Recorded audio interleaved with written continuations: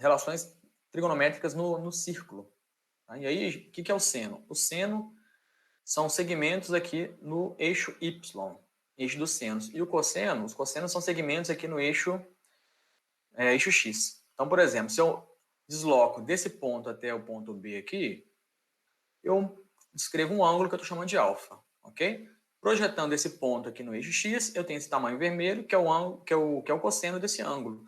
Projetando aqui no eixo Y, aqui assim, ó, então eu tenho esse tamanho aqui, que é o seno do ângulo alfa. Ele está sendo colocado aqui assim, mas sem problema, tá? Aí, se eu quiser saber seno e cosseno do ângulo suplementar esse ângulo, o que eu faço?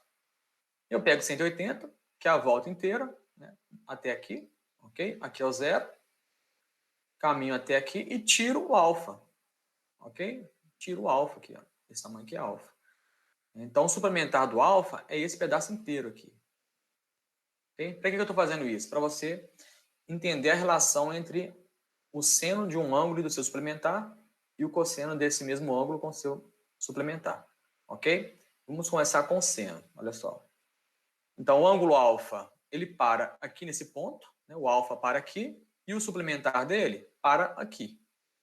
Quem é o seno do suplementar? É esse pedaço, que já era o seno do alfa, tá vendo? Então, se eu tenho dois ângulos suplementares, os senos são iguais. Então, guarda essa expressão aqui, olha. Seno de π menos alfa é igual ao seno do alfa. Esse aqui é o ângulo que a gente está trabalhando e esse aqui é o suplementar dele. Ok? Π menos alfa ou 180 menos alfa, como quiserem, tá? 180 menos alfa. Mesma coisa. Os senos são iguais. E os cossenos? Um cosseno está do lado de cá, que é o cosseno do alfa.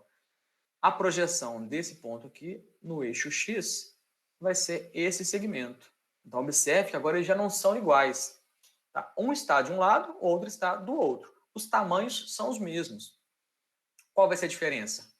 Se um é positivo, o outro é negativo. É como se fosse plano cartesiano mesmo, tá? Do lado de cá positivo, do lado de cá negativo pro cosseno, ok?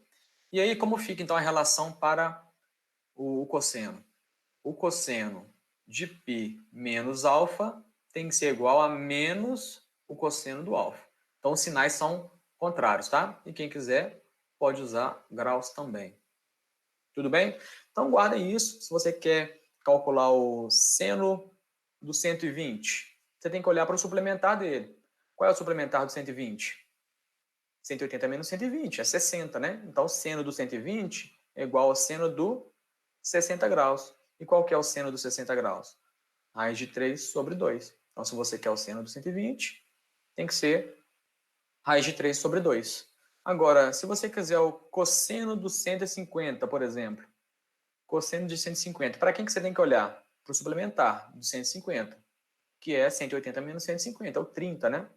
Então, você tem que olhar para o cosseno do 30. Só que com um detalhe, olha aqui. No caso do cosseno, tem um menos antes, ó.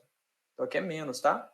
Então, a resposta, menos cosseno do 30 pela tabelinha. Cosseno de 30 é raiz de 3 sobre 2. Então, a resposta, menos raiz de 3 sobre 2. Ok? Então, é assim que vocês vão calcular senos, cossenos e até tangentes, né? De ângulos obtusos, ok? Aí sempre tem aquela pergunta, professor, se tiver um ângulo que eu não sei o seno e o cosseno, fora da tabela, aí tem que ter informação do problema, tem que ter uma tabelinha mostrando, tá? Não se preocupe com isso. Para os ângulos notáveis, a gente tem a obrigação de saber, 30, 45, 60, tá? Mas para fora disso, aí você não tem a obrigação de saber, tem que ter uma tabelinha aí para você utilizar, tá bom?